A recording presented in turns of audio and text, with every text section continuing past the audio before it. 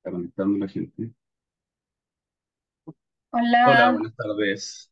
hola, hola, ¿cómo están? Buenas Hola, buenas tardes. tardes. Hola, Hola, buenas tardes. Hola a todos. Hola, hola. hola. Bueno, Hola, hola. Hola, muy buenas tardes a todos. muy bienvenidos a nuestra última clase.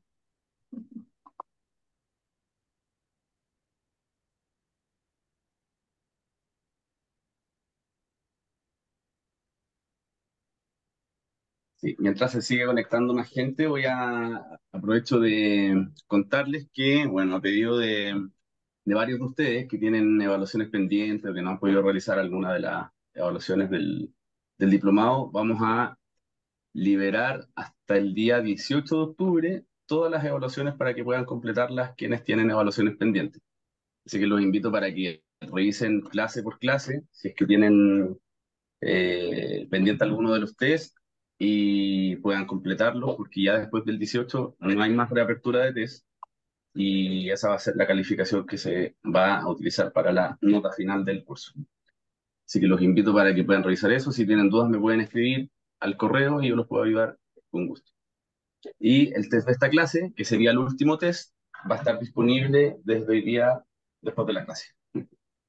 Eso, Denise, te cedo la palabra Ya, para que presentes a Paloma.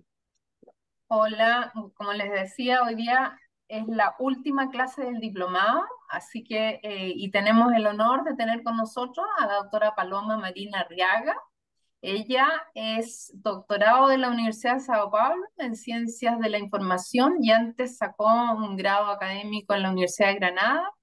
Estudió física y también obtuvo un máster ahí en información científica.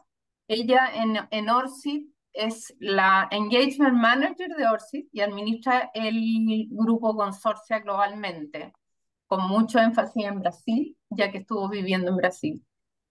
Y ella desarrolla nuevas integraciones, promoviendo el uso de ORCID. Y hoy queremos que nos explique la importancia no solo de tener ORCID, sino también de compartirlo, la importancia de compartirlo, para integrarlo, para lograr un poco la interoperabilidad y darle acceso, cuando después que tienes el ORCID, darle acceso a tu institución para que logre manejar ese ORCID también. Así que le doy la palabra. Bienvenida, Paloma. Gracias por estar con nosotros hoy día y con este grupo grande de... Ya se conectaron 75, veo ahí que están ya conectados. Sí, muchas gracias Denise y también Daniel por, bueno, por tenerme, por la invitación y muchas gracias a todos, a 70 y bastantes personas que estáis conectados y aparte también que esta clase se ha hecho un poco de forma excepcional, un día fuera de lo que era el calendario normal del diplomado, así que agradezco mucho la presencia de todos. Como comentaba Denise, la idea un poco general de lo que vamos a hacer hoy es, primero vamos a tener un pequeño menti también para que yo sepa pues un poco de vosotros y también sobre el conocimiento previo que se pueda tener o no sobre ORCID y luego después pues pasaremos a la primera parte de la clase que será un poco más interactiva, por eso el chat está disponible, luego explicaré la actividad y luego la segunda parte de la clase en la que, como comentaba Denise, trataremos un poco más la parte de las integraciones propiamente de ORCID en sistemas institucionales y cómo realmente esto puede acabar siendo importante. Así que, dicho esto, voy a empezar con el Menti. Comparto la pantalla y empezamos. Vale. Debería todo el mundo poder ver el Menti y se debería poder votar ya. Si alguien no lo está pudiendo ver o si no puede votar, que me lo diga. Es Porque que no está, entonces es no que está el código, no veo el código. arriba el código Ah, sería ya, ya. 88766815.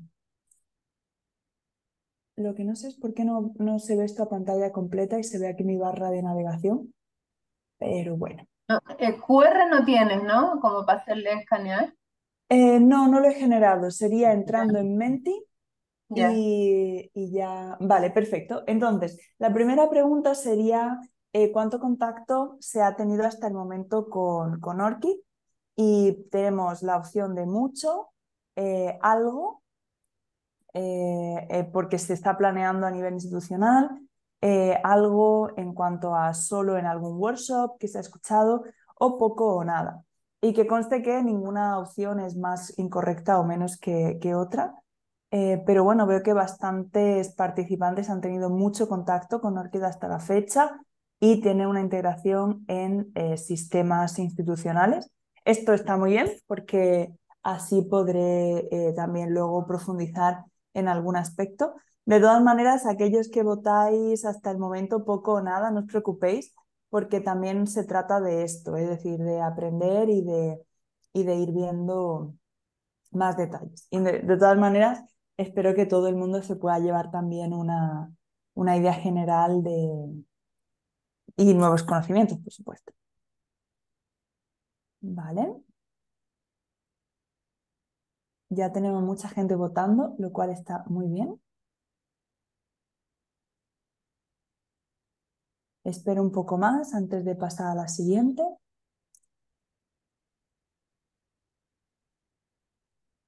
Perfecto. Pues vamos a la siguiente. La pregunta sería, ¿cuáles son tus principales dudas sobre ORCID? Y tenéis la posibilidad de teclear la respuesta o la duda principal que tengáis. Y yo me anoto para intentar cubrir todo durante la sesión.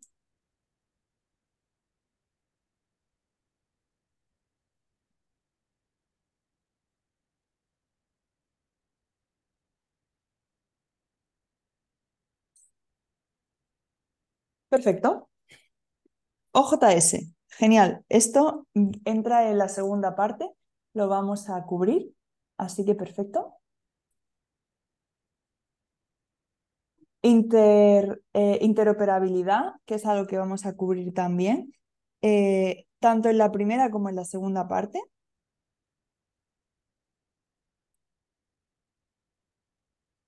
Tenemos OJS, tenemos integración en un CRIS, perfecto, que también cubriremos en la segunda parte. Objetivo principal de ORCID, esto lo vamos a ir cubriendo desde el principio.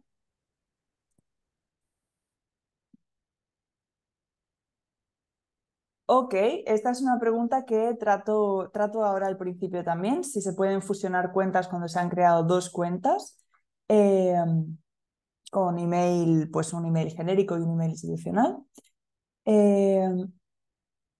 Bien, esta pregunta es interesante, ORCID como plataforma de gestión de la investigación, porque no deberíamos entender ORCID como una plataforma de gestión de la investigación como tal, pero esto lo abordaré luego con más detalle. O sea, intentar un poco diferenciar entre lo que sería un sistema institucional que tenemos y ORCID como un identificador persistente y un hub, entre comillas, de metadatos. Perfiles de duplicidad, lo trato también. Instituciones pequeñas. Esto ya está contemplado, lo comento por aquí. Para instituciones pequeñas contemplan un pago menor o gratuito. Existe la opción gratuita, que la comentaré en la segunda parte de la clase, y luego el pago menor existe también. Es decir, en Chile, por ejemplo, a día de hoy existe un consorcio y todas las instituciones que se catalogan como instituciones pequeñas, hay unos rangos, tienen un pago menor. Es decir, no todas las instituciones de cualquier tamaño pagan lo mismo. Tema de la API, lo comentamos en la segunda parte. Usarlo con cualquier gestor de revistas académicas. Entiendo que más allá de OJS, ¿no? Como que otros sistemas tienen algún tipo de integración, otros sistemas de revistas académicas tienen otro tipo de integración. Esto lo trataremos en la segunda parte también. Y integración con DSpace, segunda parte, y con Dataverse comento también un poco el estado de la cuestión. Muy bien, perfecto, pues muchísimas gracias por esto. Igual si se me queda alguna cosa de las que habéis preguntado sin responder, yo estoy encantada luego de pasar como un reporte final respondiendo a a todas las preguntas y añadiendo más información para quien la necesite. Uy, se me han quedado dos por aquí. Respaldo a través del tiempo, esta me gusta. Luego comento un poco sobre la parte de sostenibilidad también. De acuerdo. Y ahora una pregunta un poco más genérica, sobre todo para aquellas personas que tienen más experiencia quizá con ORCID, si o qué cosas consideran una ventaja de ORCID, si hay algo que consideren una ventaja, pero a lo mejor me pueden decir, pues no, lo considero todo un desastre. Y también es una respuesta aceptable. Transparencia, ¿vale? Luego los resultados de esto los pasaré también como material por si a alguien le puede interesar después tenerlo para alguna formación o lo que necesiten. Interoperabilidad, vinculación, normalización, estandarización, desambiguar, abierto, unificar, ID único, desambiguar, normalización se repite. Fácil curva de aprendizaje. Esto me gusta. Creo que es la primera vez que veo esto como respuesta a una ventaja, pero me parece muy interesante.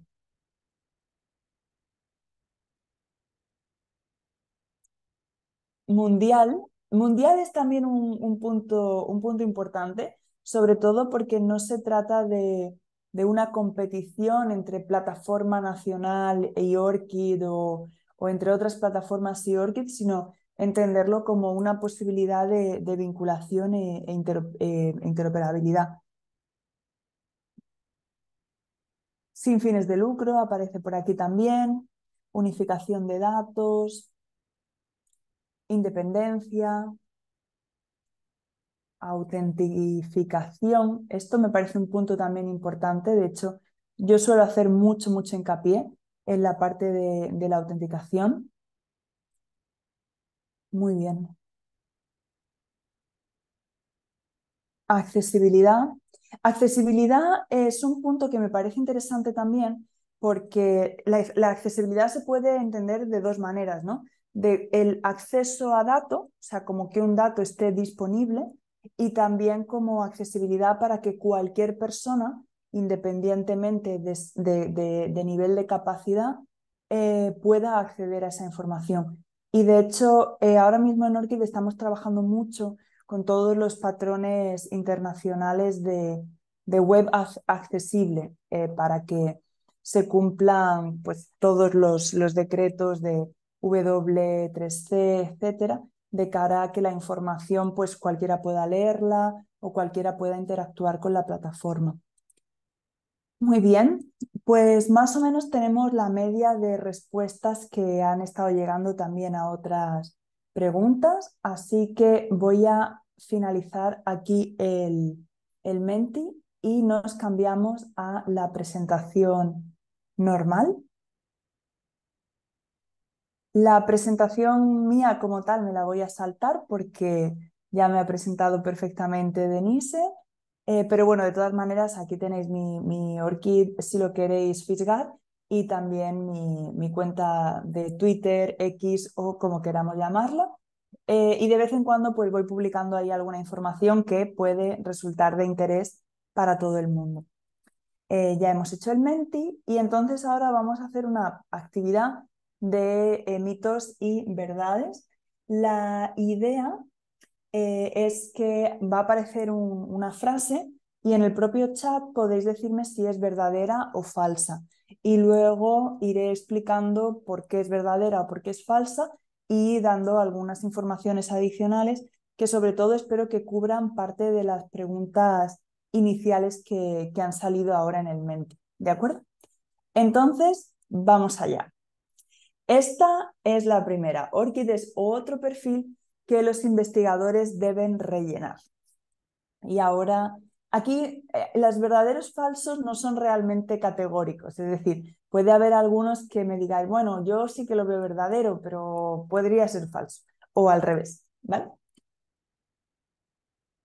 Aquí veo que la mayoría estáis poniendo falso, lo cual me alegra. porque una de las palabras que ha salido más cuando hemos hecho antes la nube de palabras ha sido la parte de interoperabilidad. Entonces, ¿qué nos suele pasar muchas veces? Pues que los investigadores, sobre todo cuando tratamos con investigadores directamente, es un poco esta sensación de otra cosa más, otro papeleo más que tengo que rellenar. E infelizmente, muchas veces los recursos de gestión de datos de investigación, uso de identificadores persistentes, etcétera, se acaban presentando como una tarea más que los investigadores tienen que hacer, como si no tuvieran otras cosas que hacer, ¿no? Entonces, a veces pasa esto también, ¿no? Si yo estoy hablando, si yo soy un bibliotecario, una bibliotecaria, y estoy hablando con mi comunidad científica, les tengo entonces que decir que hagan ORCID, que hagan Google Scholar, que tengan ResearchGate, que piensen en academia, y hay un montón de cosas, ¿no? Y entonces, pues, mantener la información en todos esos perfiles. La idea con ORCID sería ver esto un poco desde otro punto de vista. La mayoría me habéis contado antes que ya estáis familiarizados con el identificador como tal, pero la idea de ORCID es tener un identificador persistente y único para cualquier persona que esté vinculada a la investigación. Esto puede ser tanto investigadores propiamente como colaboradores, investigadores en cualquier área, también colaboradores más en puntos parciales. Y junto con eso, que ese identificador pueda estar conectado con cuantas más fuentes de información posibles, mejor.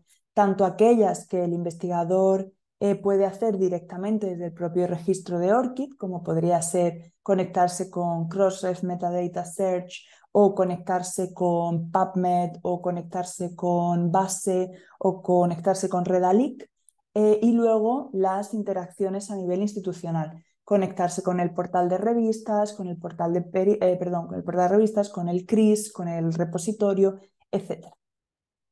Es un código alfanumérico y esto es importante destacarlo, y aquí he puesto el ejemplo de un identificador que termina con una X. La X no deja de ser la representación del número 10. Pero ¿qué suele pasar? Que hay algunos sistemas que están programados para que ORCID sea un código numérico. Entonces no esperan en ningún momento un carácter que no sea un número. Y a veces los identificadores que terminan en X en algunos sistemas dan error. Pero no es porque el identificador esté mal o porque el identificador no sea válido ni nada por el estilo, sino porque el programa como tal o el sistema como tal está programado de forma incorrecta en este caso, ¿vale? Lo digo porque hay mucha gente que se asusta y de repente recibe un identificador con una X al final y se vuelven un poco locos. De hecho, una vez tuvimos un ticket de un señor que nos decía que lo estábamos discriminando porque su identificador había sido generado con una X al final y nada más lejos de la realidad. Esto simplemente es lo que se llama un checksum.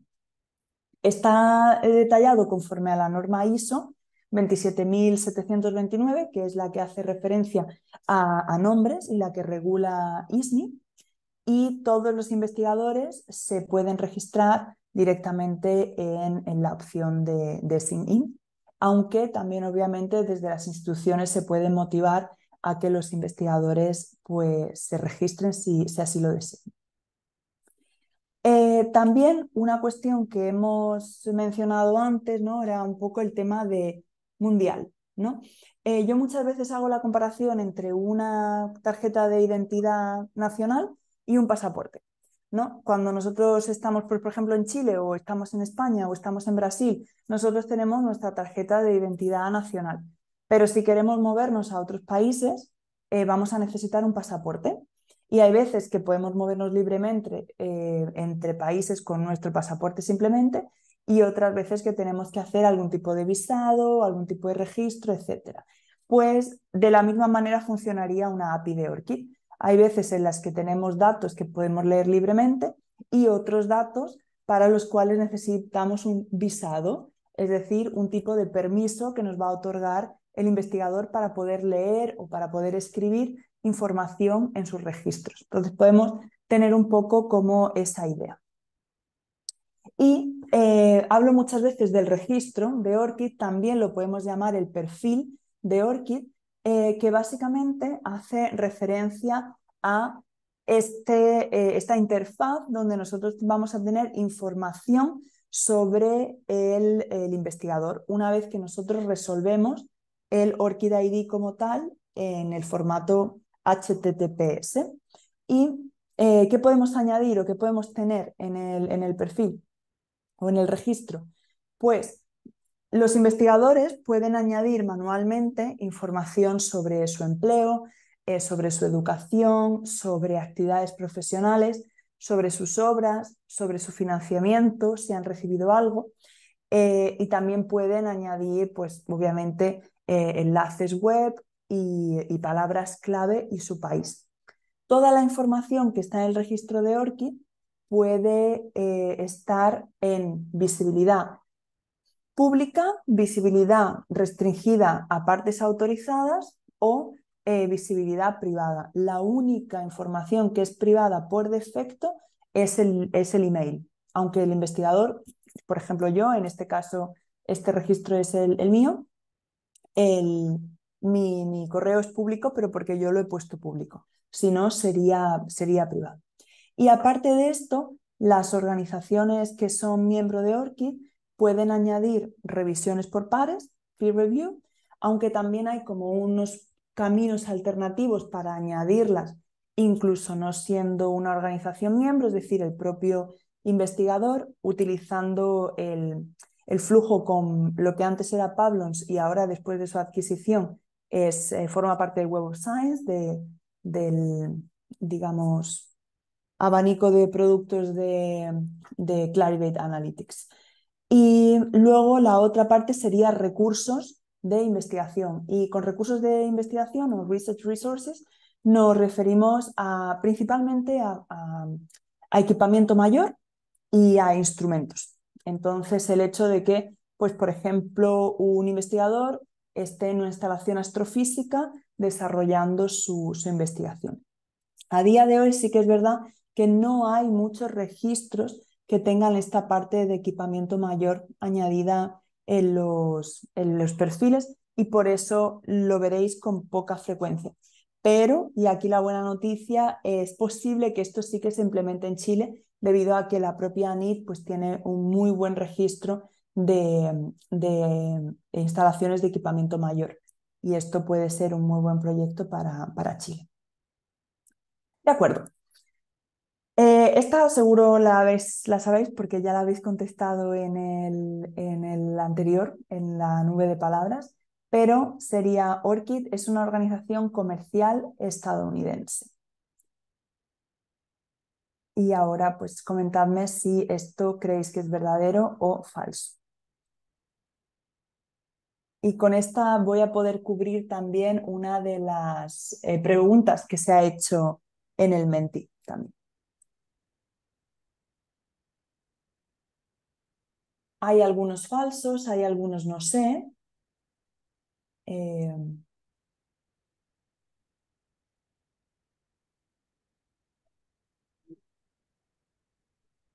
De acuerdo. Bien, pues vamos allá. Esta sería falsa y por el siguiente motivo. ORCID es una organización sin ánimo de lucro. En concreto es una organización sí estadounidense, en el sentido de que está registrada en Estados Unidos como organización 503C. Sería el tipo de organización. Y tiene un modelo de apoyo sostenible que está impulsado por la comunidad. ¿Esto qué quiere decir? Que a día de hoy toda la independencia como tal de ORCID se basa en el hecho de que son las organizaciones miembros las únicas que aportan dinero al proyecto de ORCID como tal. Es decir, no hay ningún otro tipo de financiador, ni socio capitalista, ni nada por el estilo por detrás. Y un punto muy importante de ORCID es que la gobernanza que tenemos está basada en un consejo ejecutivo, una junta directiva, board. Y todos los miembros de la junta directiva pertenecen a organizaciones miembro de ORCID, y todas las organizaciones miembro de ORCID tienen la posibilidad de presentar un candidato al board. Y la mayoría de las organizaciones que forman parte de ORCID son instituciones académicas o de investigación que a su vez también son sin fines de lucro. Obviamente hay editoriales y grandes casas editoriales que son miembros de ORCID también, pero en su mayoría son organizaciones de investigación y bueno, enseñanza e investigación, digamos. A día de hoy hay miembros institucionales en 56 países, para ser específicos, y consorcios nacionales hay en 28.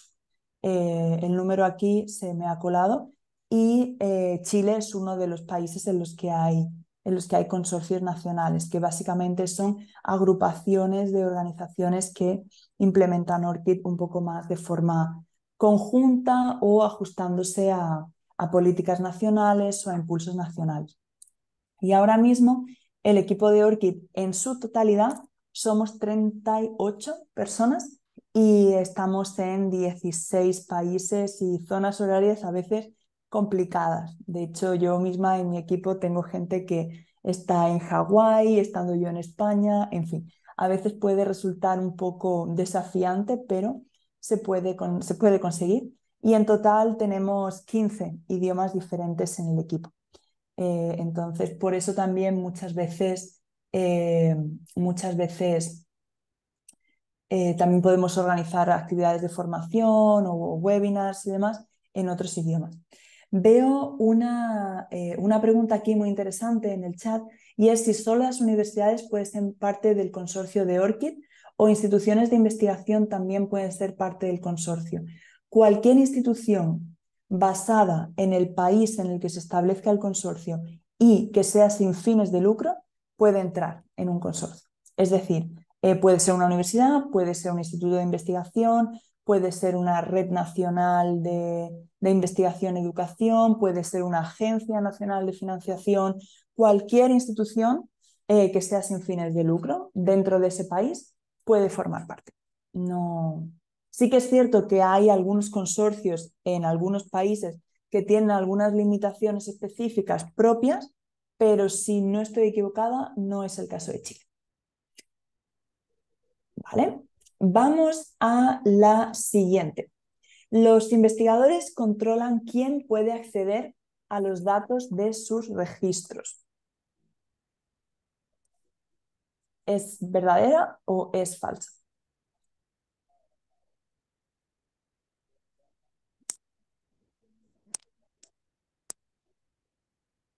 Veo muchos verdaderos y creo que hay alguien que puede a lo mejor pensar que es falso y le da vergüenza ponerlo, pero esta es verdadera.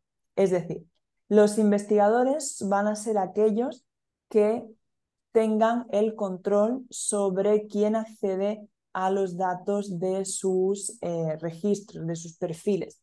¿Y esto cómo se consigue? Pues hay diferentes niveles. En primer lugar, está la visibilidad, que podemos elegirla tanto para el registro completo, cuando estamos haciendo el perfil como tal, ¿no? Cuando nos estamos dando de alta por primera vez.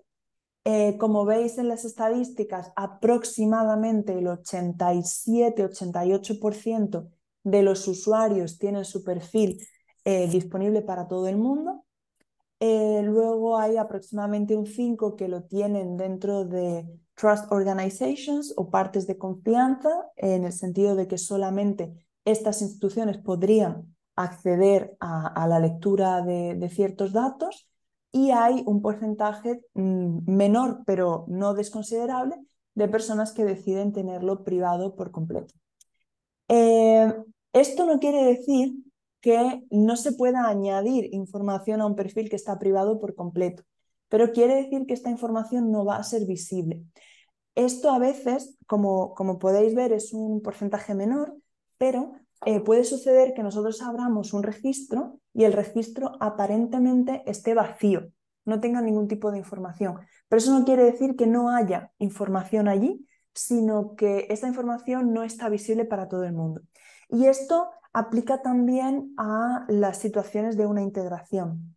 A veces, sobre todo aquellos que pertenezcáis a alguna institución que es miembro de ORCID en Chile, a lo mejor estáis añadiendo datos a través de vuestro CRIS, de OJS, de un repositorio del propio Affiliation Manager, y de repente veis que esos datos no aparecen en el perfil del investigador. Probablemente sí que aparezcan, pero puede ser que es que la visibilidad de ese perfil en concreto esté en solo yo o privada o partes de confianza. Entonces, en la visión pública, pues no se va a ver. Luego, aparte de esta genérica de todo el registro, se puede ítem por ítem ir cambiando la visibilidad. Es decir, yo puedo a lo mejor en una obra en concreto decir, pues esta no quiero que se visibilice para todo el mundo. Luego está también la parte de la autenticación, que hemos comentado también antes en la parte de la nube de palabras. Esta autenticación va a hacer siempre que los investigadores, cuando se conectan por primera vez con una nueva plataforma, por ejemplo, un CRIS institucional o un Crossref Metadata Search, vayan a autorizar esa conexión y sobre todo vayan a ver exactamente qué es lo que esa integración quiere hacer con sus datos. Si quiere leerlos, si quiere también poder añadir información, si quiere añadir información referente a sus actividades como obras o afiliaciones, peer review, o si quiere también añadir información referente más a datos de la persona, pero siempre datos no sensibles, como podría ser el país o palabras clave. Y siempre los investigadores tienen la posibilidad de eliminar esos permisos que han otorgado a una institución. Y por último, también hay una parte muy importante sobre el tema de protección de datos, que ahora mismo, sobre todo en instituciones que pertenezcan a la Unión Europea y países del área económica europea, es de especial relevancia debido a el envío de datos a Estados Unidos, que es donde están los servidores de ORCID. Entonces, también se establecen una serie de salvaguardas y una serie de controles basados específicamente en el reglamento de protección de datos europeo. La buena noticia para la mayoría de los países de América Latina es que las leyes de protección de datos que se establecen en América Latina, muchas de ellas tienen como referencia el Reglamento Europeo de Protección de Datos. Entonces, todo va a estar cubierto al final, de igual manera. No obstante, aquí tenéis la política de privacidad si también queréis echarle un vistazo y ver un poco más en detalle de qué se trata y cómo aparece todo.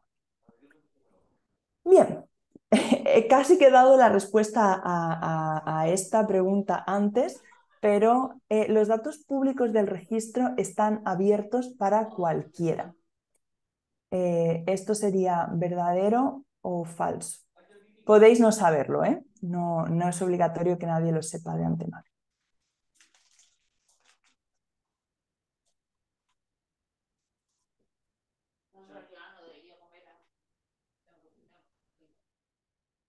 Solo ha habido una persona por ahora que se ha animado. Falso, verdadero, verdadero, falso. Hay una mezcla. Hay una mezcla entre verdaderos y falsos aquí. Y es que la frase tiene un poco de truco, la verdad. Esto es verdadero. Y os voy a explicar por qué. Los datos públicos del registro, es decir, aquellos que están marcados por el investigador como visibles para todo el mundo, entran una vez al año en lo que llamamos de Public Data File o archivo público de datos.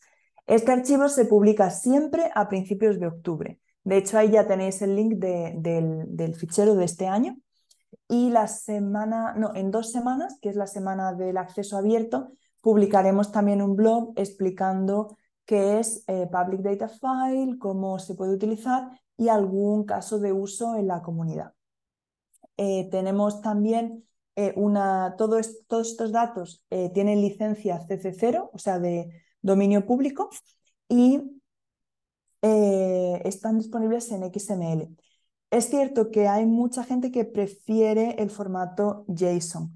En ese caso, también tenemos disponible una librería para convertir el formato XML en formato JSON, y hay una política de qué se puede hacer con la Public Data File también, ¿no? Con todos esos datos.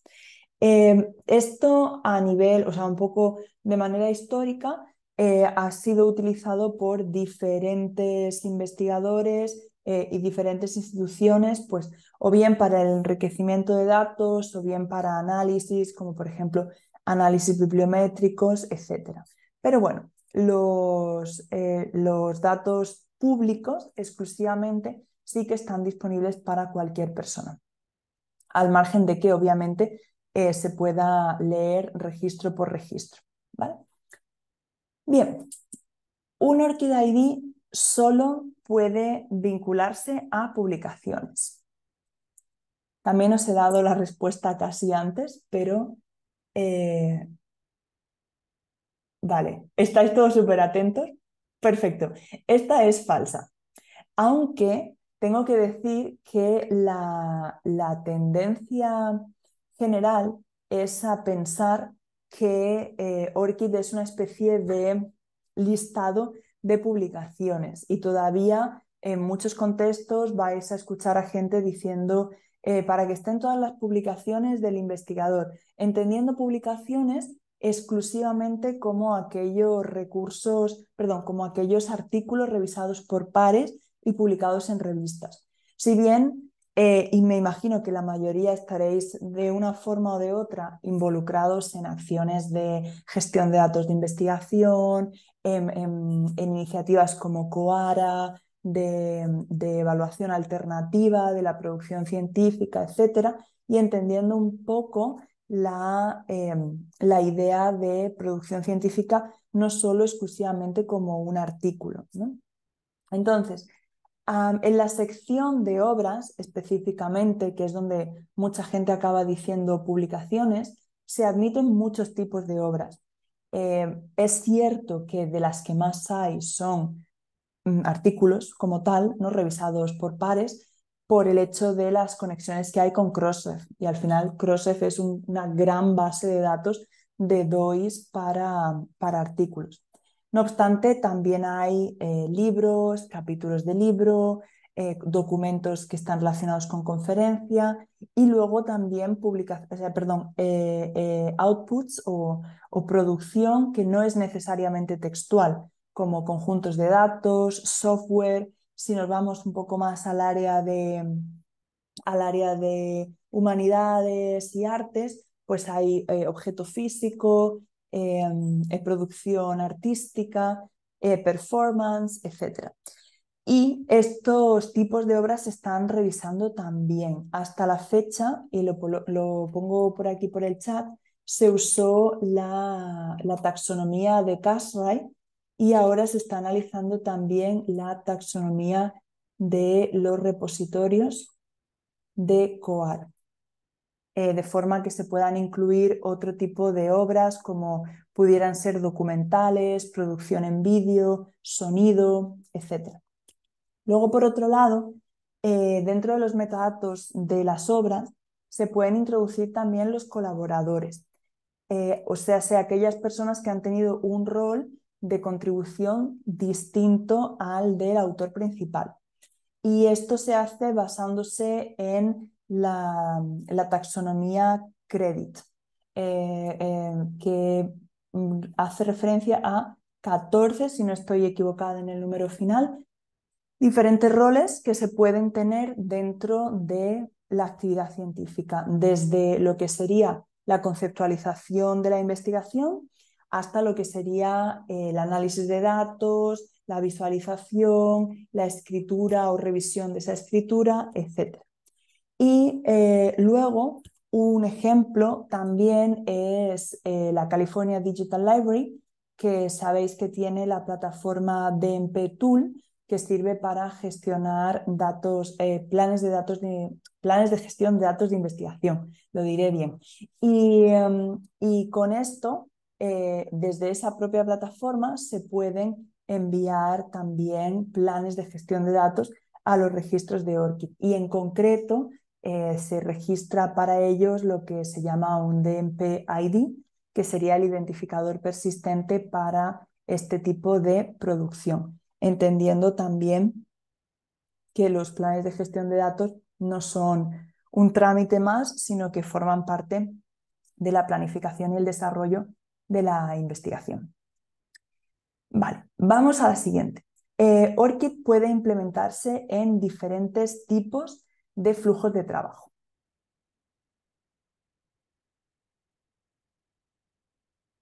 Verdadero, verdadero, sí, verdadero, verdadero. Vale, muy bien.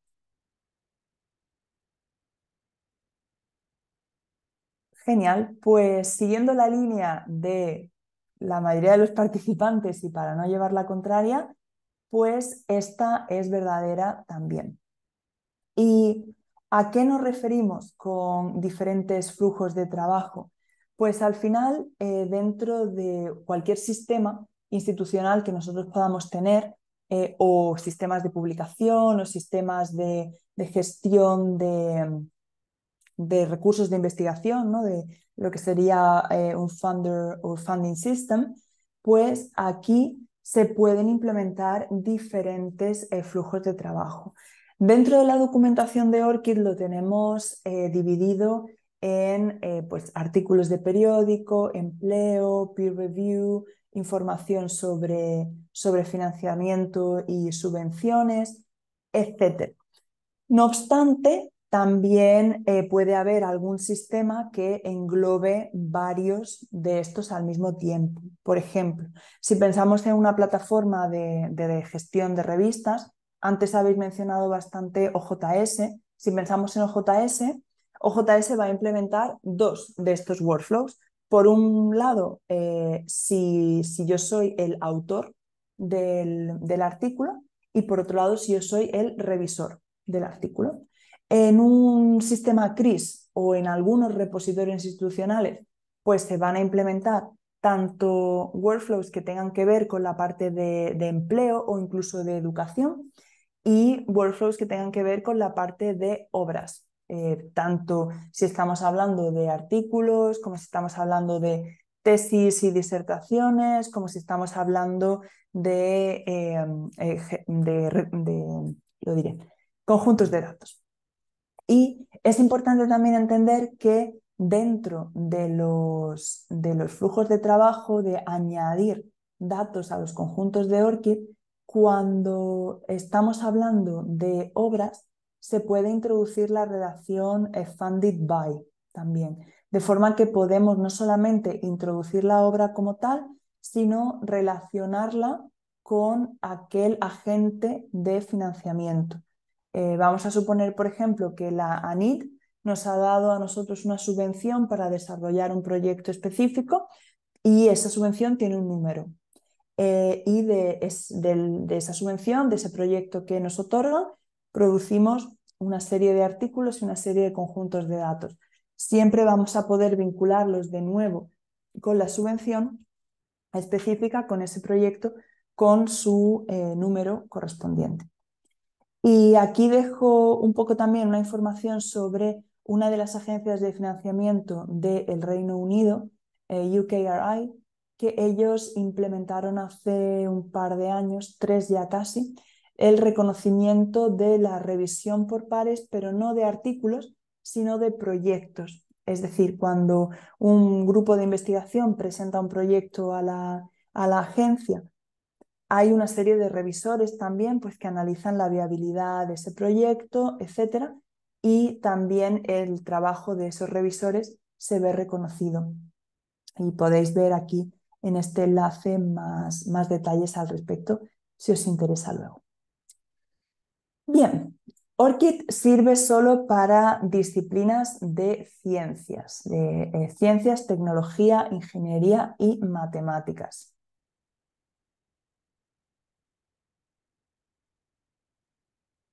Falso rotundo, veo aquí en el chat.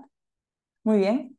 Esta es falsa, ¿correcto? Si bien es cierto que, de nuevo, al haber sido ORCID implementado con más facilidad para revistas, pues sí que es verdad que en general, cuando pensamos en artículos de revista, de periódico, ¿no? Un artículo revisado por pares, siempre hay más en el área de ciencias más puras o de medicina, ingenierías, de lo que hay en, sobre todo, artes, porque el tipo de producción científica en las artes es distinto.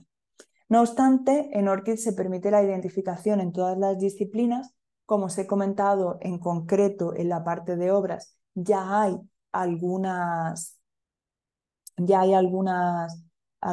tipos de obra para más específicos en área de artes, como podría ser performance, como podría ser speech, como podría ser objeto físico. Y se están analizando la posibilidad de añadir más. El año pasado, por estas fechas aproximadamente, el vídeo está disponible en la página de ORCID bajo demanda. Si os vais a la parte de la navegación principal, hay una parte que pone eventos y luego pone ORCID On Demand. Ahí está disponible el vídeo. Hicimos una pequeña mesa redonda con investigadores del área de humanidades y ciencias sociales donde explicaban también su experiencia utilizando ORCID. Luego también puedo pasarle el enlace a Daniel y a Denise por si lo quieren compartir con los demás. Y luego, aparte de eso, pues hay plataformas donde ya está integrado ORCID, como por ejemplo puede ser Open Library of Humanities o Open Edition o la plataforma de revistas de la Universidad de Heidelberg que utiliza OJS, pero en su mayoría alberga revistas pues, de lingüística, biblioteconomía, etnología y filosofía. Y también en el Museo de Auckland, donde lo conectan con la producción científica de los propios investigadores del museo, que en su mayoría se dedican a las artes y humanidades. Bien, ORCID es usado solo en el norte global.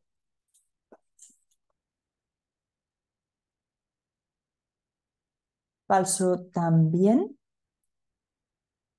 ¿De acuerdo? Es falso. Hay que reconocer algunas cosas no obstante. La mayoría de los miembros institucionales de ORCID se encuentran en Europa y América del Norte, aunque cada vez hay más en América Latina y también en Asia, Oriente Medio y África. Esto se debe un poco también a una de las preguntas que se comentaba en el Menti al principio, y es un poco el ajuste del modelo de precios o de costes para ser miembro. Y de hecho, el año pasado se lanzó un programa, que es el programa de participación global, para intentar subsanar un poco esas lagunas o esas problemáticas de acceso, sobre todo para aquellos países que no están considerados ni de categoría de país de ingresos altos ni de ingresos medios altos, sino más bien bajos y bajos medios. Sin embargo, cuando se trata de usuarios, o sea, cuando se trata de investigadores que tienen un ORCID ID, pues hay usuarios en absolutamente todos los países del mundo, a excepción de alguna isla perdida donde probablemente ni siquiera tengan investigadores como tal. Pero si os fijáis, pues Brasil es uno de los países, el cuarto, de hecho, donde más registros de ORCID hay, también India, también un poco relacionado obviamente con el tamaño del país, ¿no? Pero Indonesia también tiene una gran cantidad, México también. Entonces, al final, cuando se hace referencia a usuarios, sí que está todo mucho más esparcido. Todas estas estadísticas que comento aquí las tenéis disponibles también en la parte de estadísticas de ORCID y se pueden descargar los informes también si por acaso los necesitáis para alguna presentación o para alguna investigación que estéis haciendo. Bien, ORCID soporta solo investigaciones publicadas en inglés. No, falso. Falso, la mayoría de las respuestas, y es falso, correcto. De hecho, todos los idiomas se aceptan en el registro, incluso aquellos que tienen alfabetos que no son el alfabeto inglés como tal. Y con esto me refiero a cualquier letra que tenga una codificación diferente. Si pensamos en castellano o en español, pues cualquier letra acentuada, la ñ, pues serían caracteres no ingleses. Y ahora mismo tenemos la interfaz de usuario traducida a 15 idiomas, porque este año añadimos polaco, añadimos turco y añadimos alemán, que no estaban hasta la fecha. Los metadatos de tanto las obras como los datos de afiliación, etcétera, están en diferentes idiomas. Es cierto que el inglés prevalece, pero también encontramos el español en segundo puesto prácticamente, el polaco, el portugués, el alemán, el danés. Y aquí os pongo una captura de pantalla de mi propio registro, en el cual veis tanto metadatos en inglés como metadatos en español. Por lo tanto, en ese sentido, se pueden admitir, y como ya os comento, incluso otros alfabetos. De hecho, para países en los que hay alfabetos no ingleses, como podría ser China, Corea, Japón, la mayoría de los países asiáticos, o el hebreo o el árabe, o incluso cualquier idioma que tenga un alfabeto cirílico, pues también puede servir sobre todo la parte del nombre alternativo para poder poner el nombre en diferentes alfabetos, ya que hay veces que si normalmente yo estoy acostumbrada a escribir mi nombre, por ejemplo, en cirílico, y de repente lo tengo que pasar al alfabeto latino, pues puede ser que me acabe equivocando, a lo mejor lo que yo en el cirílico pongo como una F, en latín, en el alfabeto latino lo acaba poniendo como una PH, y al final pues son un poco esos errores de atribución y estandarización que también mencionábamos en la parte de las preguntas iniciales. ORCID solo soporta revisiones por pares abiertas.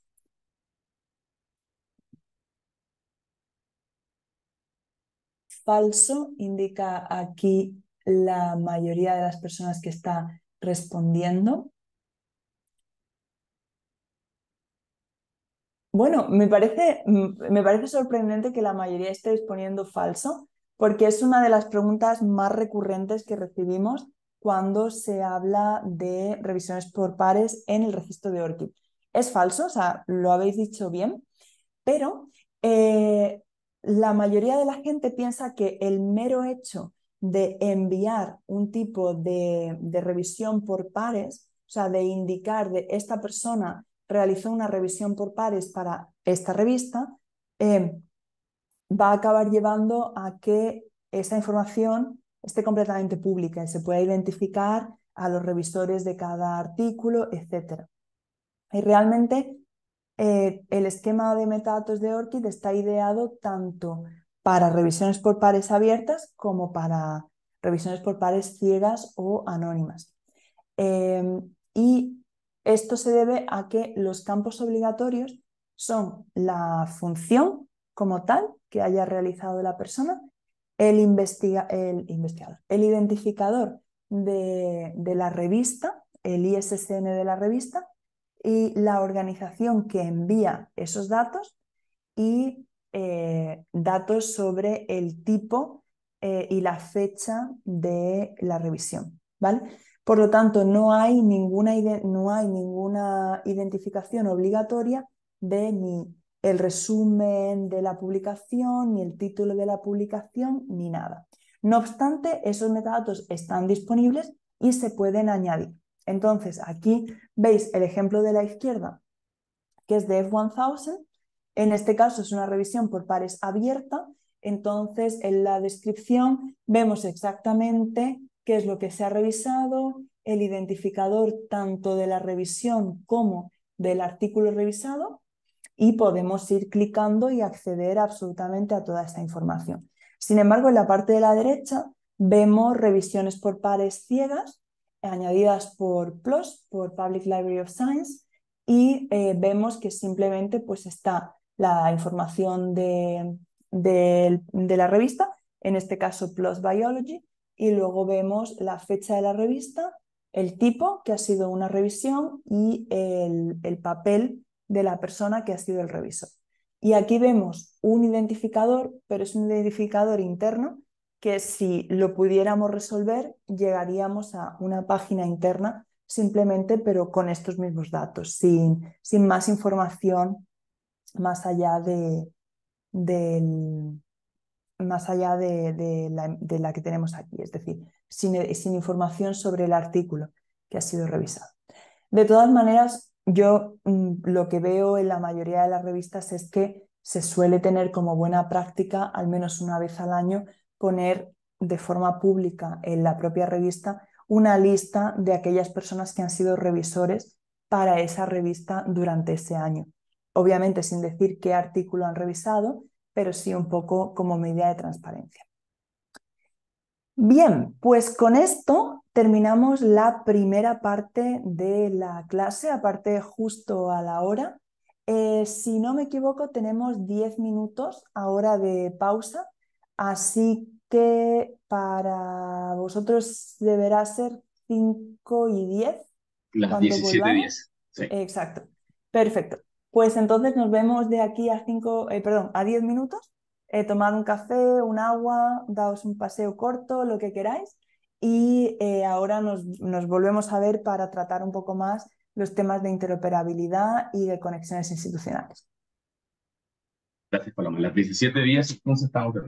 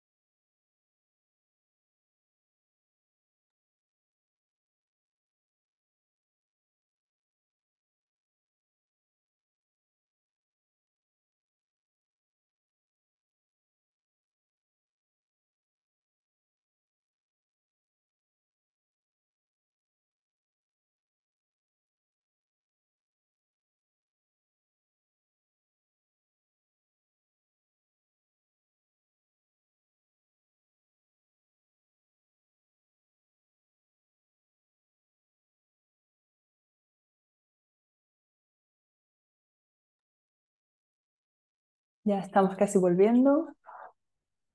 Minuto de pausa queda todavía. Espero que se vaya incorporando todo el mundo.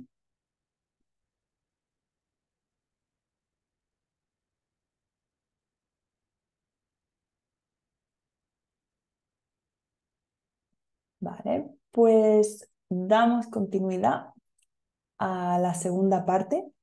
Como os he comentado al principio, esta segunda parte es bastante más teórica, entre comillas. Voy a intentar cubrir parte de las preguntas que habéis hecho al principio, que no obstante ya también estaban incluidas. Me gustaría empezar con una pregunta que es: ¿cuál es la base de ORCID? ¿No?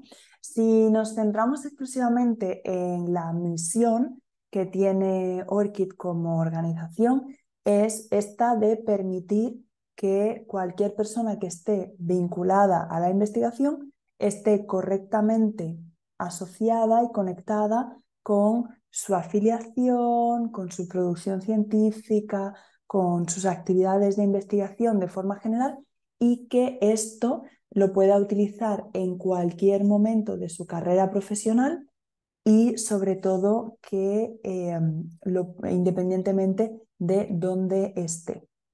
¿Vale? Esa sería un poco la idea general, pero para llegar a conseguir todo esto nos centramos en la interoperabilidad.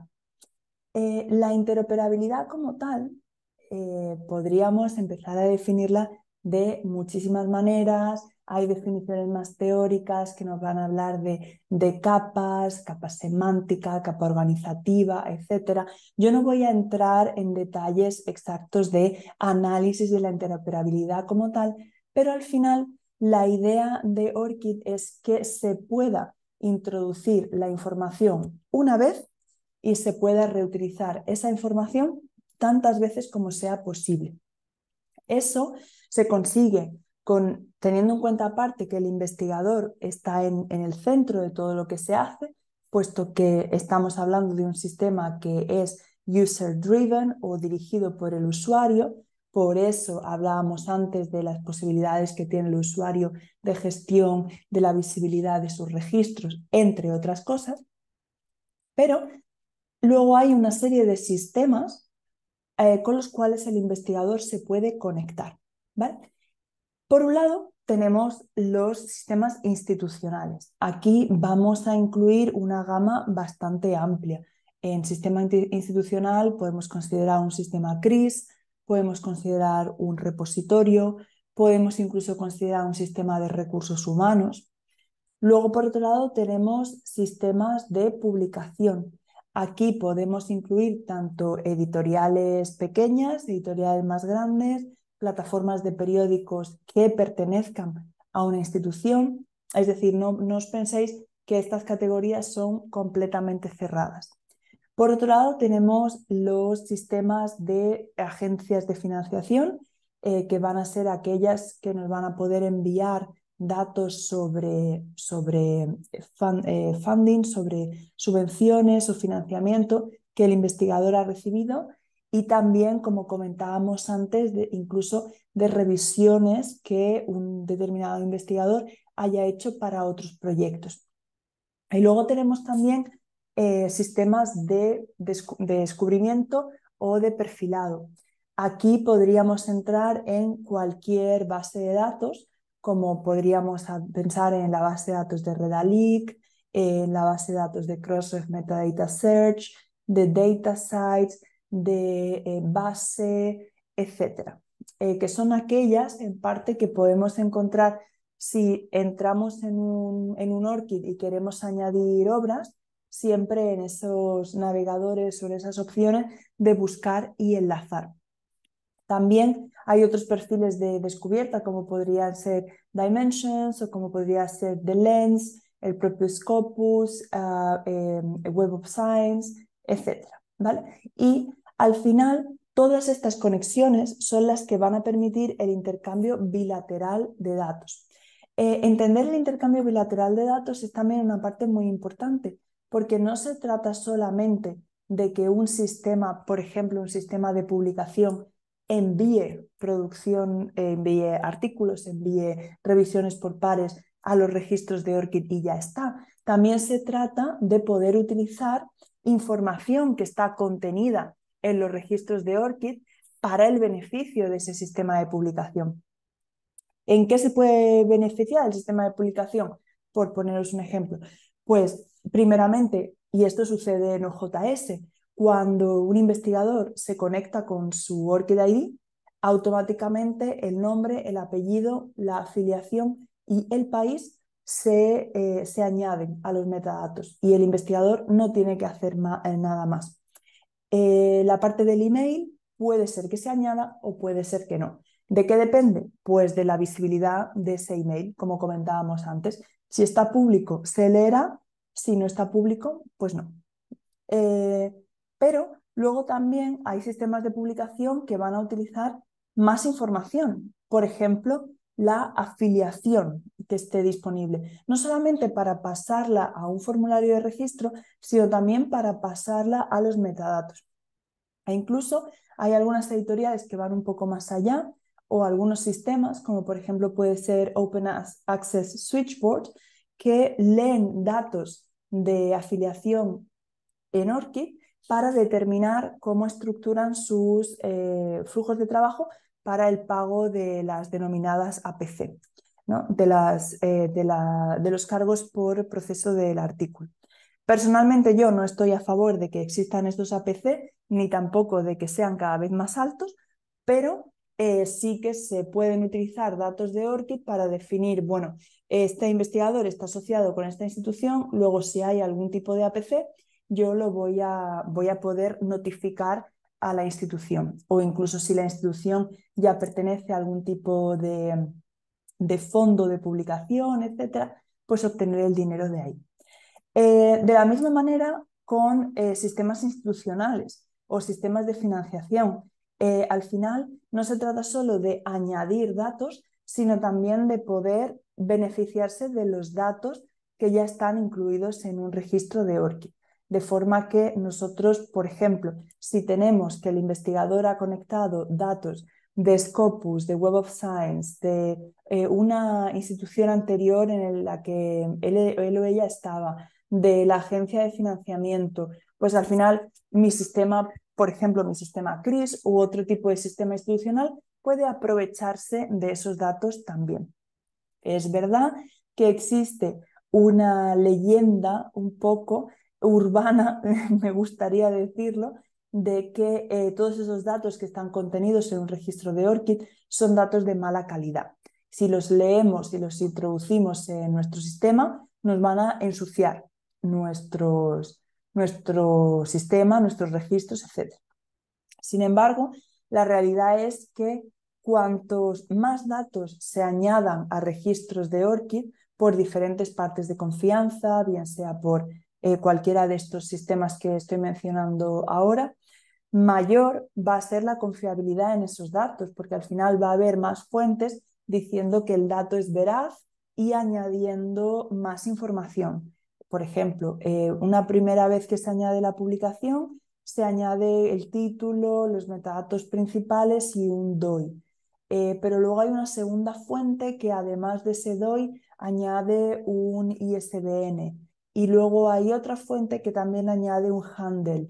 Pues al final vamos a tener la producción, 3 identificadores, y eso nos va a ir aumentando la calidad y la completitud, si queremos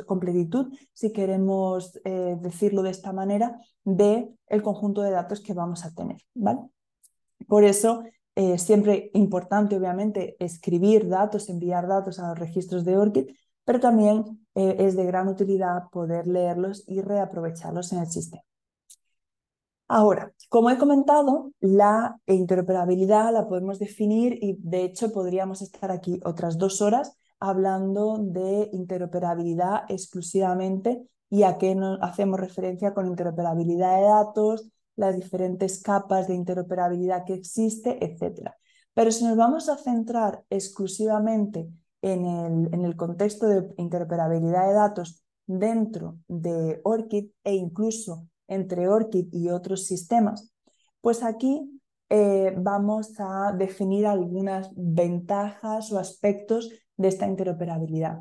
Al final, para los investigadores, el hecho de que exista esa interoperabilidad entre sistemas acaba implicando ahorrar tiempo. Aquí os pongo algunas capturas de pantalla de Twitter. En la primera es un investigador, por ejemplo, que comenta cómo funciona de forma, desde su punto de vista, ¿no? Cómo funciona el currículum científico en Portugal, lo que es el Ciencia Vitae. Pues ahí en Portugal sí que es cierto que tiene una integración muy bien hecha y simplemente con conectarse el sistema curricular ya lee muchos datos de ORCID, los estructura y hay que completar muy poco de cara a enviar cualquier tipo de solicitud para la Fundación de Ciencia y Tecnología para cualquier tipo de proyecto. Luego también puede servir como forma de login en diferentes plataformas o incluso como forma para tener publicaciones que estén registradas con Crossref rápidamente en el registro. En el último año y medio, se han realizado también bastantes análisis sobre lo que esto acaba implicando a nivel de reuso de metadatos. Pero un ejemplo que os pongo aquí a la hora de publicar, y esto en concreto es una plataforma OJS, las capturas de pantalla que os pongo aquí, en concreto es la plataforma de publicación abierta de la TIP Hannover, que sería el Centro Leibniz de Información de Tecnología y Ciencia en Alemania. Si nos registramos en la plataforma, nos aparece la opción de crear o conectar nuestro identificador. Luego tenemos la parte de la autenticación, que esto es muy importante o de la autorización. Primeramente nos aparece el nombre de la persona junto con su identificador. Luego vamos a poder vincular persona e identificador de forma correcta sin tener ningún error de asociación manual. Luego vamos a ver cuál es la institución que nos está solicitando permisos. En este caso tenemos TIP Open Publishing. Y luego exactamente qué permisos nos está solicitando, qué es lo que esta institución quiere hacer con nuestro registro. En este caso, añadir o actualizar información referente a la investigación. Entre paréntesis, trabajos, afiliaciones, etc. Es decir, cualquier cosa que nos aparezca en la parte central, por así decirlo, de nuestro registro. Educación, empleo, financiamiento, etc. Lo que pasa es que en el caso de un sistema OJS como este que vemos aquí en pantalla, pues estaríamos hablando de obras, artículos en su mayoría y peer review en el caso de que accedamos a esa plataforma como revisores. Y luego en la última parte es un poco esta cuestión que os comentaba de lectura de datos que nos va a servir para luego poder enviarlos al OJS y terminar nuestro registro. Nombre, apellido, el país, el correo y luego ya simplemente nosotros tendríamos que completar el nombre de usuario y la contraseña que queremos para la plataforma OJS. Y ya pues todos esos datos se pasan directamente a cualquier actividad que yo haga dentro de la plataforma OJS. Y esto sería un ejemplo con OJS. Pero, y también haciendo referencia a una de las preguntas que recibíamos al principio, no solamente es OJS la única plataforma o el único sistema de publicación que permite esto. Hay en en código abierto tendríamos OJS como el principal y más importante. Luego está otro sistema que se llama Genway. Lo escribo por aquí por si me imagino que muchos estarán familiarizados, pero por si acaso, este es el nombre del sistema. Es también un sistema de publicación y es el que está detrás, por ejemplo, de Open Library of Humanities, así como otras plataformas. Y también pues Genway tiene la posibilidad de hacer la autenticación con ORCID. Es cierto que ahora mismo Genway no permite por defecto el intercambio de información, pero sí la parte de autenticación. Y luego si pensamos en sistemas comerciales de gestión de revistas y sobre todo de las grandes editoriales, pues tenemos Editorial Manager, F1000 Research, etcétera, que estos también van a tener una funcionalidad muy similar, sino igual a la de OJS. Lo único que son sistemas comerciales y la mayoría de las editoriales universitarias que gestionan o de centros de investigación que gestionan alguna plataforma de revistas a nivel mundial suelen tener como base OJS. De hecho, el otro día veía las estadísticas de OJS, pero creo que son como 35.000 revistas a nivel mundial las que utilizan OJS. No creo que haya 35.000 revistas que utilicen Editorial Manager, por ejemplo. Bien, para las instituciones también implica un ahorro de costes. Como comentaba antes, en los últimos 2 años se han hecho bastantes análisis, si bien hay algunos análisis previos, los que os pongo aquí en la captura de pantalla son análisis previos, el que veis aquí en el enlace y otro posterior que hay de Australia, muestran datos a nivel institucional de cómo implementar identificadores persistentes de forma general contribuye a que se puedan reutilizar más metadatos y cómo ese reuso de metadatos supone un ahorro en coste, no solamente en coste a nivel monetario de compra de algo, sino también en horas de los investigadores y horas del personal de administración y servicios.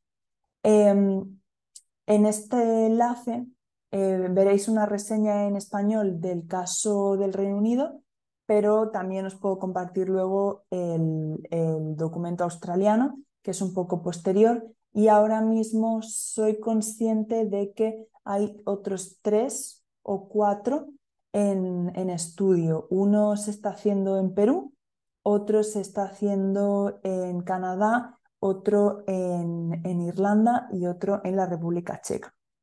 También un poco con este objetivo de tener una estructura nacional de identificadores persistentes, ¿no? Una estrategia más que estructura.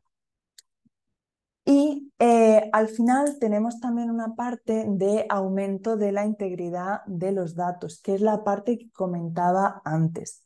Esto sí que es algo que se ha implementado en ORCID este año y es la posibilidad de ver un resumen dentro de un registro de cuántos datos de los que se han añadido han sido añadidos por el investigador o han sido añadidos por una fuente externa. Y se puede acceder a cualquier registro, simplemente ponemos la dirección normal, luego una barra y luego summary. También además se pueden ver las fechas principales, a cuándo se creó el identificador y cuándo fue la última vez que se actualizó. De esta manera también podemos ver un poco si ese identificador es un identificador que se usa con frecuencia o si se fue creado una vez y luego nunca más se supo, ¿no? Antes, también en las preguntas iniciales comentabais el hecho de qué puede pasar si un investigador tiene 2 identificadores. Porque claro, esta parte de la integridad se vería un poco afectada, ¿no? ¿Dónde va la información? ¿A cuál de los 2 identificadores? Dentro de las configuraciones del perfil hay una opción para poder combinar esos 2 identificadores. Entonces, el investigador que se registró una vez con su email personal y luego se registró otra vez con su email institucional puede combinar esos dos identificadores directamente. Y cada vez que el identificador que ha sido combinado sea llamado para lectura de datos, automáticamente se redirecciona al que él o ella ha decidido que sea el identificador principal, ¿vale? Esta mañana justo hablaba sobre esta pantalla, sobre la integridad de datos y demás, con algunas instituciones en los Países Bajos. Y me decían que una problemática que ellos podrían ver es el hecho de que puede haber investigadores que no se puedan conectar a un sistema institucional simplemente porque su institución no tenga una integración disponible. Entonces, este número de afiliaciones validadas o de trabajos validados sería muy inferior a el de aquellos investigadores que sí que pueden conectarse a un sistema institucional, ¿no?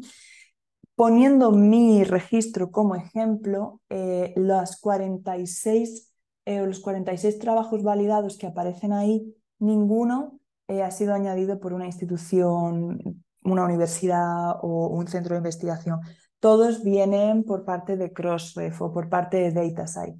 Y cualquier investigador, independientemente de a qué institución esté afiliado, o si es un investigador independiente o en qué país esté basado, va a poder conectarse tanto con DataCite como con Crossref, así como con otras fuentes de datos. Entonces, esa parte también por calmar un poco para que nadie se asuste o diga, entonces si mi institución no tiene una membresía y no tiene una integración, ya yo no voy a poder hacer nada o mis investigadores no van a poder hacer nada con este tema de la integridad de datos y nada que ver. Bien, pero aquí es donde entra la cuestión. La interoperabilidad en ORCID, todo esto de conexión con sistema institucional, integración, etc., ¿a qué me refiero? Pues me refiero al uso de las APIs, de las aplicaciones de programación de interfaz de usuario. Aquí básicamente vamos a poder tener la posibilidad de conectar dos sistemas y tener como un canal de comunicación entre esos dos sistemas.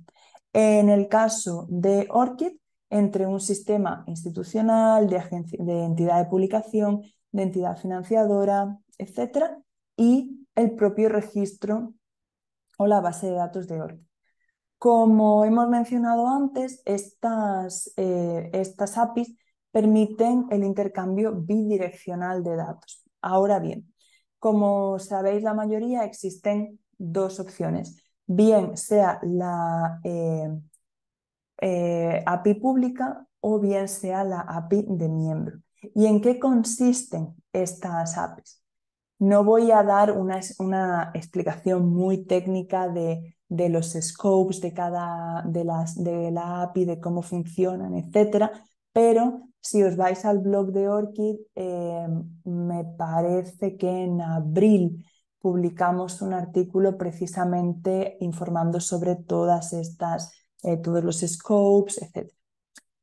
Pero podemos clasificar las APIs de ORCID en dos o en dos asterisco, porque la API de miembro es la misma independientemente de si el miembro es básico o es premium, pero cambian algunos detalles, ¿vale? La API pública, que es aquella que cualquier persona que tenga un identificador ORCID puede crear su clave de acceso desde las herramientas del desarrollador que aparecen debajo del nombre de la persona. Permite tanto la parte de la autentificación, que sería esta parte donde se ve la pantallita y dice tal entidad quiere acceder a mis datos, como la lectura de datos de acceso público. No vamos a poder acceder a datos que estén de acceso limitado y también tiene la posibilidad de fomentar la creación de nuevos registros. Por ejemplo, en la parte de OJS que hemos visto, el botón que nos aparece que se puede configurar con la API pública dice crear o conectar tu identificador, ¿no? Tu ORCID. Si le damos a ese botón y ya tenemos un identificador, lo conectaremos. Si no, nos permitirá crear primero nuestro identificador y luego conectarlo, ¿vale? Hay que decir que no hay ninguna posibilidad para que una institución cree registros para sus investigadores de manera automática. Los investigadores siempre van a tener que realizar ese primer paso. Y por otro lado, pasamos a la API de miembro como tal, ¿no? La API de miembro nos va a permitir leer datos, aquellos que estén disponibles en acceso limitado también o solamente para partes de confianza, y poder reutilizarlos en nuestros sistemas o para lo que queramos. Nos va a permitir agregar información y actualizarla, nuevos elementos en el registro de ORCID, según los scopes que hayamos elegido de la API, pues así vamos a poder actualizar información de actividades e información personal, o solamente de actividades o solamente personal, dependiendo de qué tipo de scopes estemos recogiendo o qué tipo de permisos estemos recogiendo. Y luego la parte de la actualización de estas informaciones. También se pueden establecer sincronizaciones, es decir, que por ejemplo mi sistema cada X tiempo pues envíe datos a ORCID, o cada X tiempo lea datos de ORCID.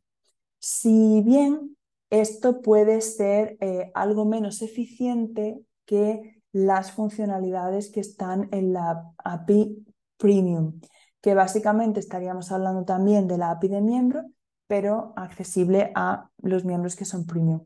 Y todos los miembros consorciales, o sea, cualquier institución que esté ahora mismo en un consorcio, que del total de organizaciones miembro son el 76%, o sea, más de 3/4, son miembros premium. Y luego aparte hay miembros directos que también son miembros premium. Luego la mayoría acaban siendo miembros premium.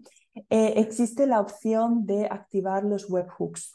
Un webhook es una posibilidad dentro de la API para recibir notificaciones y actualizaciones. ¿Esto qué quiere decir? Que si yo tengo un identificador que está conectado a mi sistema a través de la API y yo tengo activados webhooks, cuando se produzca un cambio en este registro, por ejemplo, supongamos que el investigador tiene una conexión hecha con Crossref y Crossref añade un nuevo artículo. Mi sistema recibe una notificación y entonces yo leo ese registro para ver qué información nueva hay que yo pueda utilizar en mi sistema, ¿vale? Y de la misma manera al revés también. Si mi sistema tiene una información nueva sobre ese investigador, yo la puedo enviar directamente a la API directamente al registro de ORCID a través de la API, sin necesidad de tener que programar estas actualizaciones. Eso lo que me va a permitir es hacer un uso más eficiente de la API, es decir, no tener que estar cada 15 días, por ejemplo, leyendo porque sí o intentando mandar información porque sí, aunque yo no tenga nada ni para enviar ni para leer, ¿vale? Luego, aparte, los miembros premium tienen una serie de reportes personalizados que se puede acceder desde el portal de miembros, y tienen acceso al archivo público de datos o al fichero público de datos. Antes yo mencionaba en la primera parte que de forma pública este archivo se actualiza una vez al año. Sin embargo, pero ese archivo se está actualizando todos los días. Entonces, los miembros premium también tienen la posibilidad de tener esa sincronización con ese archivo en el caso de que lo quieran utilizar para algo. Conjuntamente con estas APIs que serían la parte de producción, existe la parte de sandbox o el ambiente de test, ¿vale? Para el ambiente de test no hace falta ser miembro. Cualquier organización puede utilizarlo y puede testear absolutamente todo. Y aquellas organizaciones que son miembros, obviamente, también pueden testear. Antes había una pregunta sobre OJS en concreto y sobre la configuración. Un punto súper importante a tener en cuenta en la configuración de OJS es que OJS nos va a permitir configurar con la API pública, configurar con la API de miembro en Sandbox, o sea, en test, y con la API de miembro. Es súper importante seleccionar la API correctamente. El plugin de OJS es muy sencillo, pero esa parte puede ser un poco peliaguda. Entonces, es muy importante que seleccionemos con qué API estamos trabajando específicamente, porque en función de eso, así van a ser las credenciales que vamos a introducir, que van a ser lo que se llama un Client ID, que comienza por app, luego tiene un guión y luego aparece un código, y lo que se denomina el Client Secret, que sería como la clave secreta, y ahí vamos a tener una combinación de números y letras. Si por lo que sea nosotros introducimos un Client ID y un Client Secret que hacen referencia a la API Sandbox, por ejemplo, pero yo he configurado API pública, me va a dar un error. O al revés, yo he puesto API de la Sandbox, pero luego he introducido unas credenciales de producción. Pues también me va a dar un error, porque no podemos establecer llamadas cruzadas entre APIs.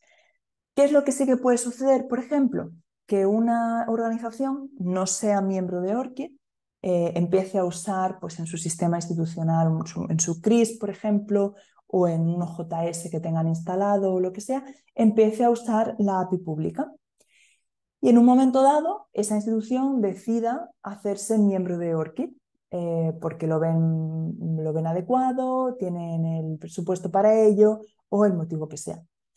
No es necesario que empiecen toda la integración de nuevo, sino que se puede hacer un cambio de la API pública a la API de miembro.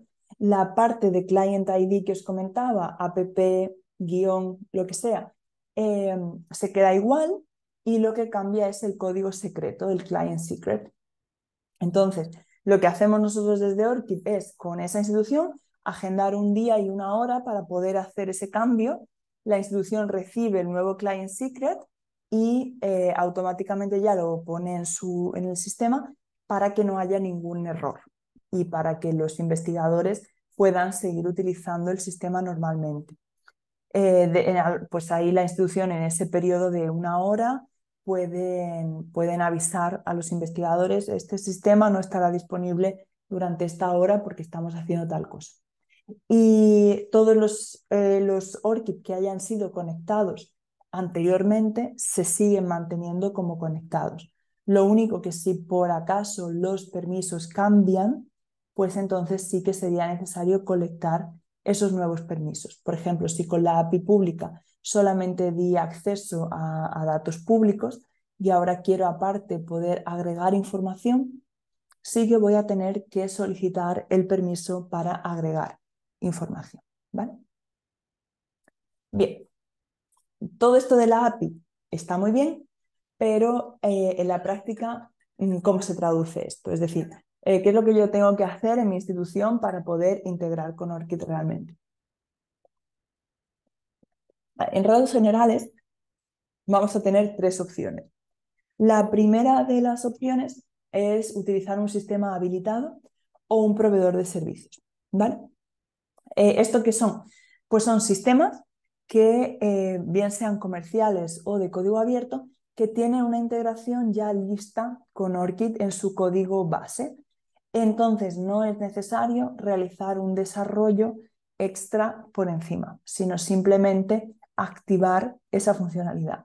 Por ejemplo, lo que estábamos comentando de OJS, que es un plugin, lo activo, introduzco las credenciales correspondientes y ya puede empezar a funcionar. ¿Qué otros sistemas tienen algo parecido? Pues en sistemas de código abierto, DSpace CRIS y DSpace, tanto DSpace versión repositorio como DSpace versión CRIS, pero no en cualquier versión. En OJS es a partir de la versión 3.0, actualmente se está en la 3.3, y en el caso de DSpace repositorio, a partir de la 7.3. ¿Vale? Es decir, aquellas integraciones, perdón, aquellos repositorios que estén basados en DSpace 6 o en DSpace 5 no tiene esa integración nativa con ORCID, ¿vale? La integración de DSpace se va a mantener en las siguientes versiones también, en las 7. Y venideras, la 8 y la 9, ¿vale? Ayer tuvimos un webinar donde se hablaba más sobre la integración de ORCID en DSpace y en DSpace CRIS. Y va a estar disponible en el mismo enlace que os he comentado antes de ORCID On Demand. Lo vais a poder ver si no participasteis ayer, porque a lo mejor algunos sí que participó ayer. Y luego, pues otros sistemas pueden ser, por ejemplo, el CRIS de Elsevier, Pure, o el CRIS de Digital Science, que es Elements, o luego, pues a nivel de financiamiento está Smart Simple, está Altum, hay diferentes, ¿no? La segunda opción es hacer una integración customizada. ¿Esto qué quiere decir? Que puede haber instituciones que tengan su propio sistema y no hayan desarrollado su propio sistema a su medida.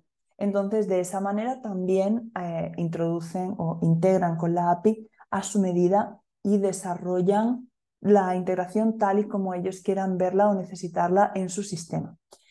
Aproximadamente, según las informaciones que nosotros tenemos de varios miembros que han utilizado o que han desarrollado una integración customizada, se suelen tardar unas 48, 60 horas de trabajo para terminar la integración como tal, teniendo en cuenta pues, todas las fases de testeo, de todas las secciones y el propio lanzamiento a producción, y ya que los investigadores empiecen a conectarse.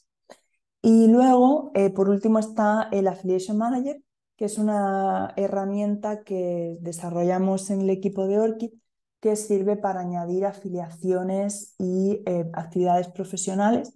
Y en este caso, pues se trabaja directamente con un archivo CSV o también con la edición manual. Lo que pasa es que si estamos pensando en un número grande de afiliaciones, pues probablemente lo que nos resulte más cómodo sea el archivo CSV. Aquí en el pie de página se ve un poco mal, pero hay 3 enlaces donde se puede tener más información sobre las cosas que he ido comentando. Y se me ha quedado en el tintero una de las preguntas que había, y era sobre la integración en Dataverse, en repositorio de datos basado en Dataverse. Actualmente, Dataverse se encajaría en la primera de las 3 opciones que he comentado, ¿vale? Actualmente, la funcionalidad que está disponible con Dataverse es simplemente la posibilidad de autenticar. Es decir, se utiliza ORCID como una opción de single sign-on más, ¿vale?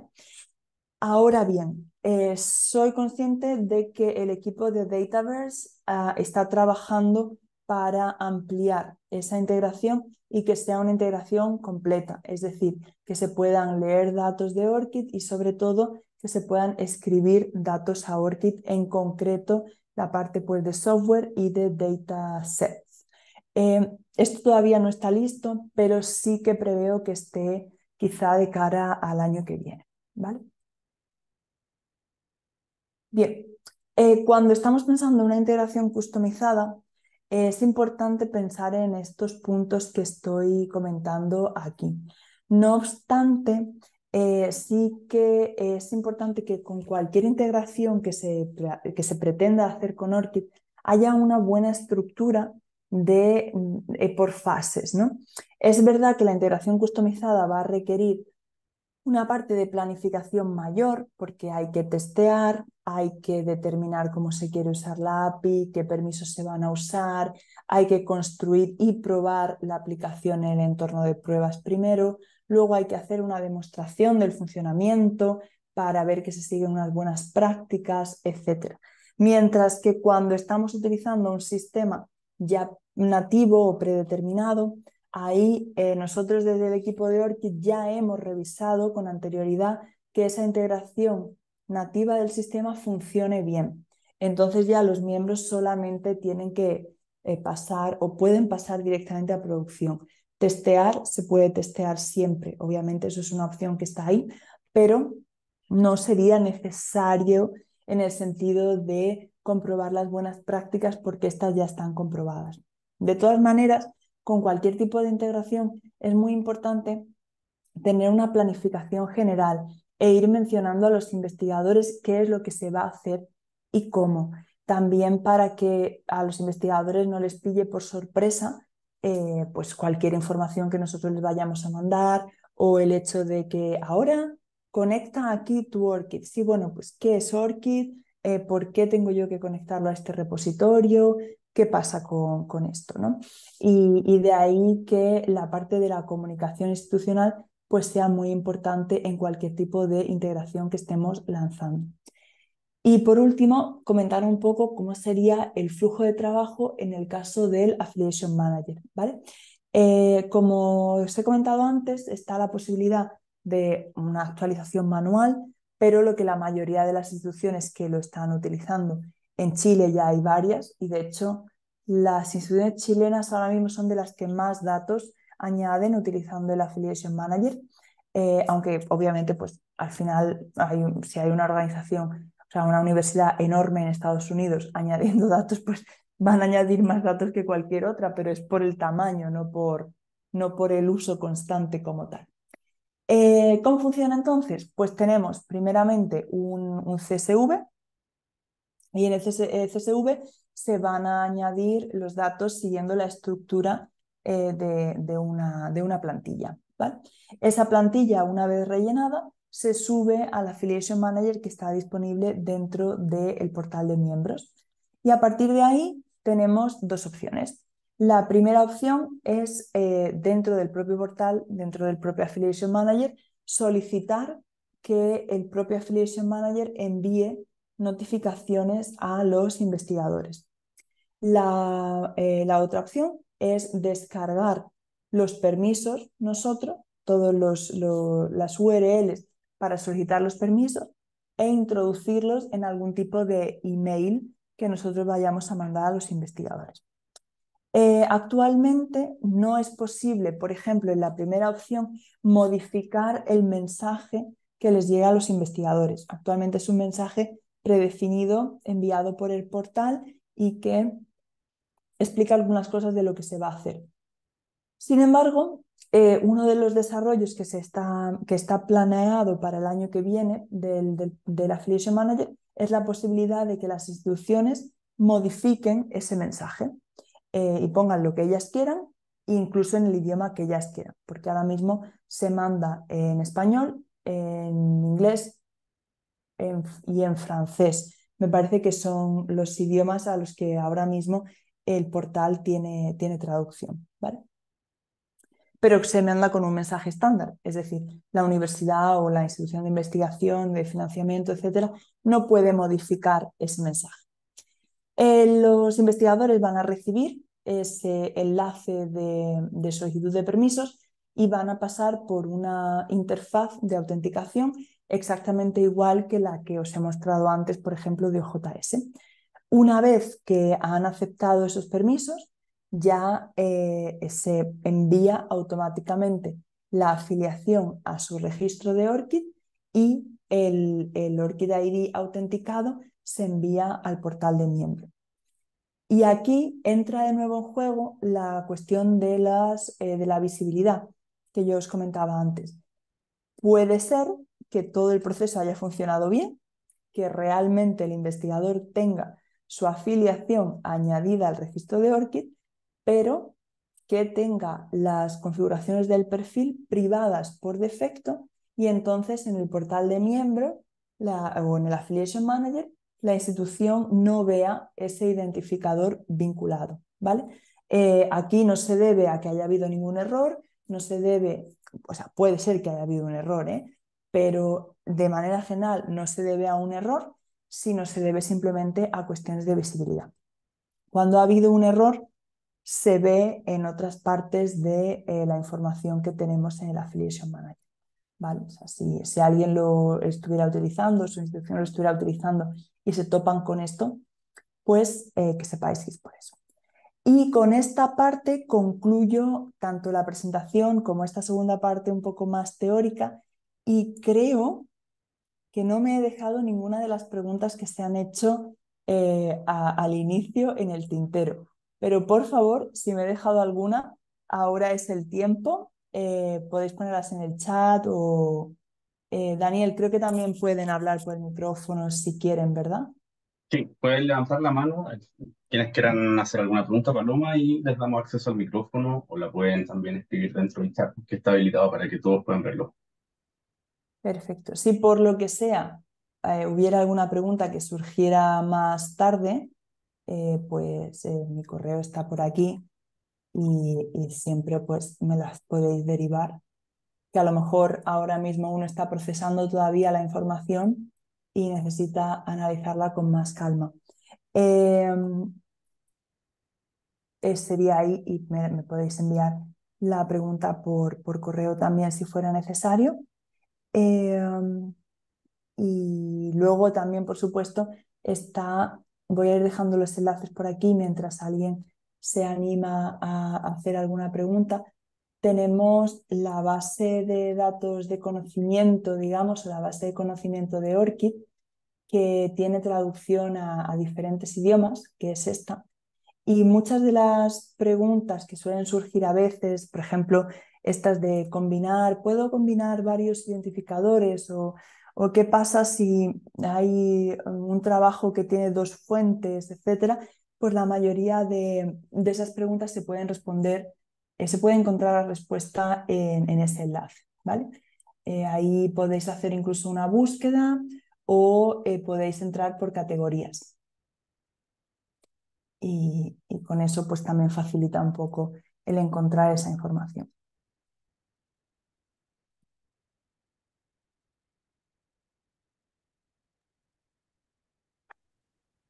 Creo que he dejado todo muy claro Mm. y que he respondido a las preguntas iniciales también. Me alegro porque parece que no hay ninguna pregunta más.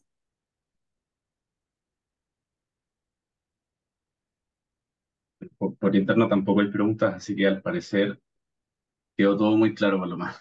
Bueno, me alegra saberlo. De todas maneras, como os comento, está toda esa información ahí y luego ya también hay algunas cosas más específicas que he ido comentando.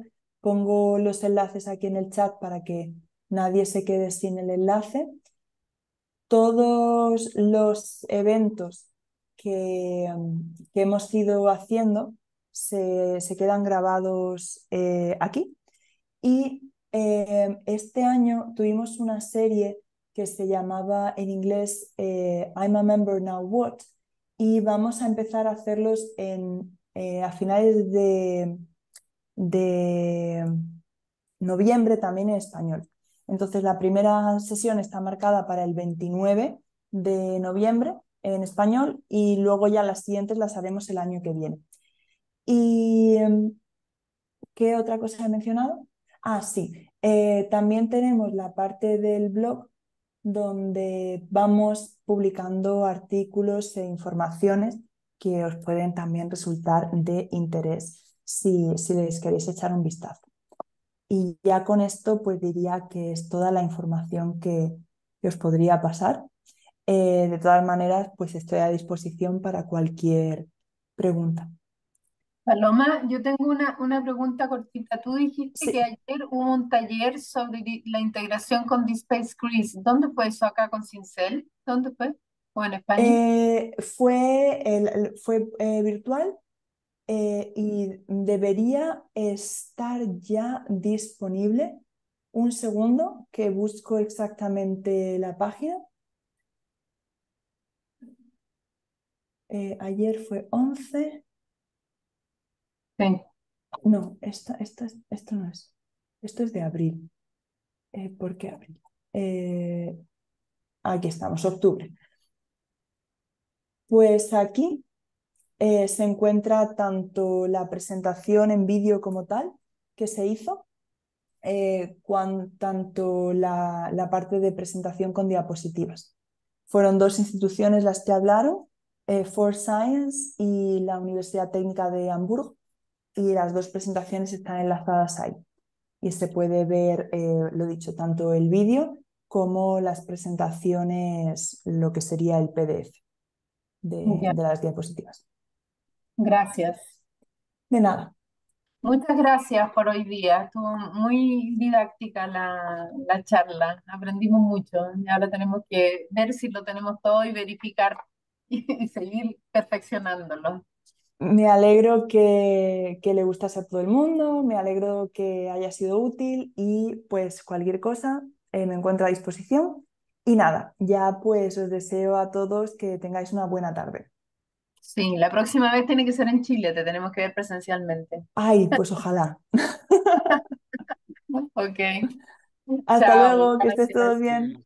Chao, Gracias chao. a ti, Gracias, Tomás. niño. Adiós. Vuelvo a recordar que los test que estaban pendientes, perdón, los test, quienes tienen test pendientes se volvieron a reabrir hasta el día 18 de octubre y ya está disponible el test número 9 que era de esta clase, la número 10 que también va a estar disponible hasta el día 18. Si tienen dudas, me pueden escribir por correo y nos estamos viendo en otra oportunidad. Que estén muy bien, que tengan buena tarde.